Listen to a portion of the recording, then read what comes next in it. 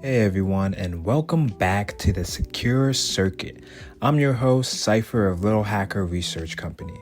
So, first, let's close your eyes for a second. What do you think is around you? Walls, furniture, the air you breathe, maybe some sounds? Now open them.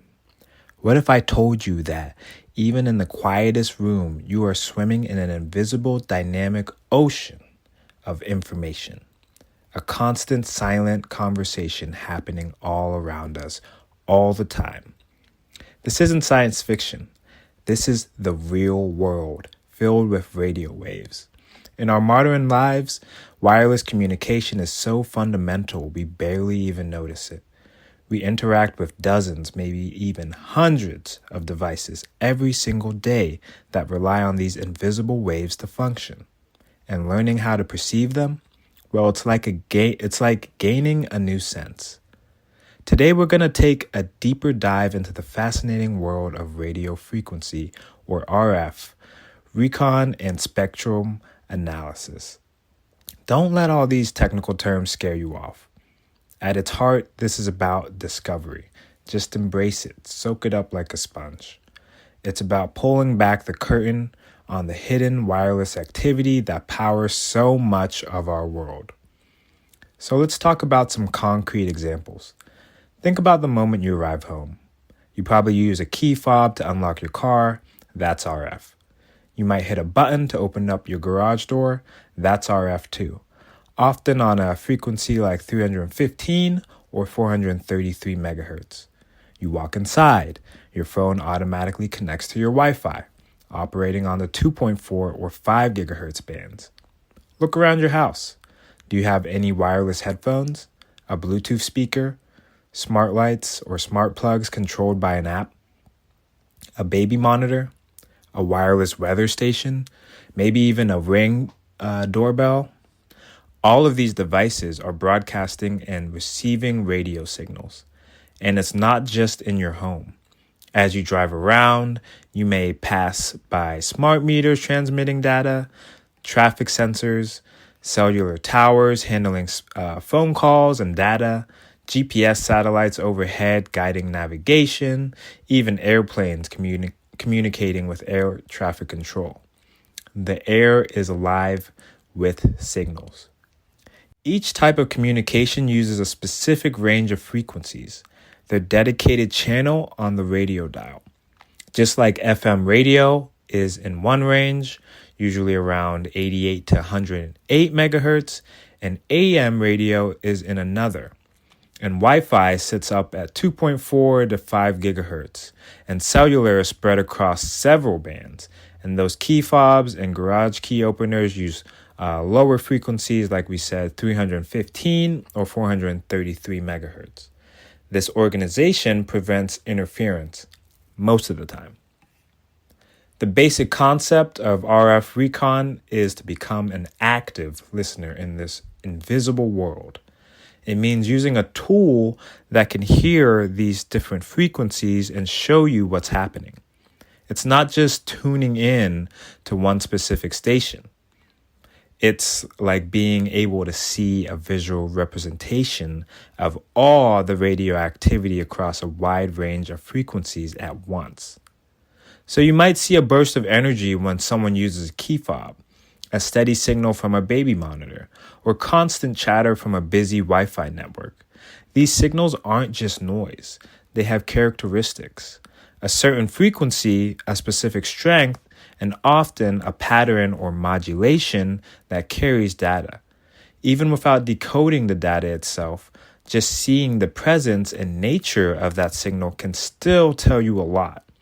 You can identify unknown devices, map out wireless activity in an area, or even detect transmissions you weren't expecting. So how does an individual start listening? Historically, this required expensive, specialized equipment. You probably had to be in the military or Air Force or have an uncle or grandpa in a ham radio club. But that is the past. That's where modern technology comes in. Specifically, these devices called software-defined radios or SDR. Think of an SDR as a super versatile radio receiver. Unlike an old school radio fixed to AM or FM, an SDR can tune into a vast range of frequencies, often very low kilohertz up to several gigahertz. The software-defined part means that the tuning, filtering, and processing of signals are done by software on your computer, not by physical knobs or circuits. This makes them incredibly flexible. You plug in a small, often very affordable SDR dongle into your computer's USB port, attach an antenna, and suddenly your computer screen can become a window into the radio spectrum around you. It's like going from listening to one radio station at a time with a simple receiver to having a panoramic view of hundreds of stations broadcasting simultaneously, seeing their strength and activity levels in real time. This accessibility is revolutionary for hobbyists, security researchers, people just getting into it, educators trying to break STEM into their schools. Everyone can now access this awesome technology.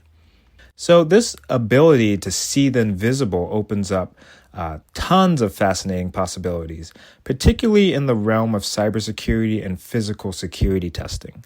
For example, those common frequencies I mentioned earlier, like 433 megahertz and 2.4 gigahertz, are super prime targets.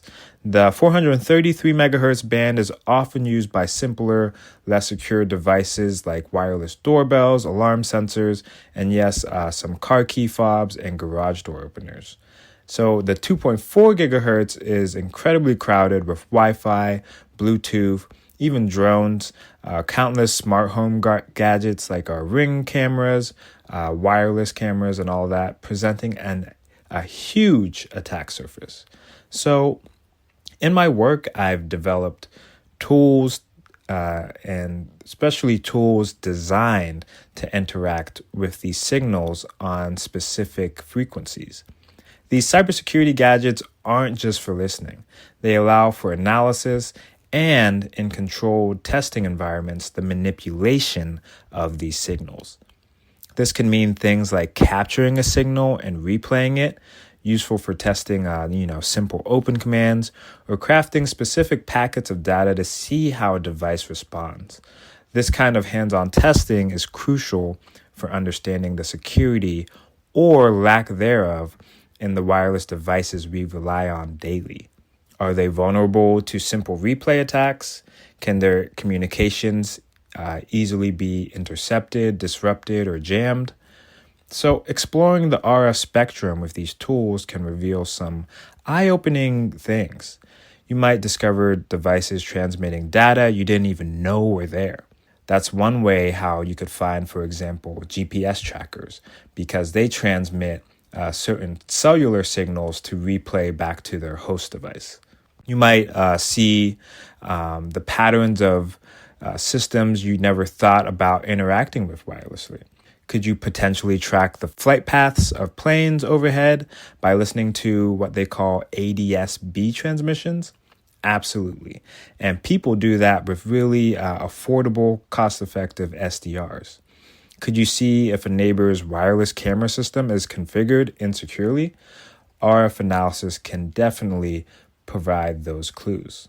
So it truly feels like uncovering a hidden layer of reality. The air is humming with data, control signals, and status updates from the devices all around us.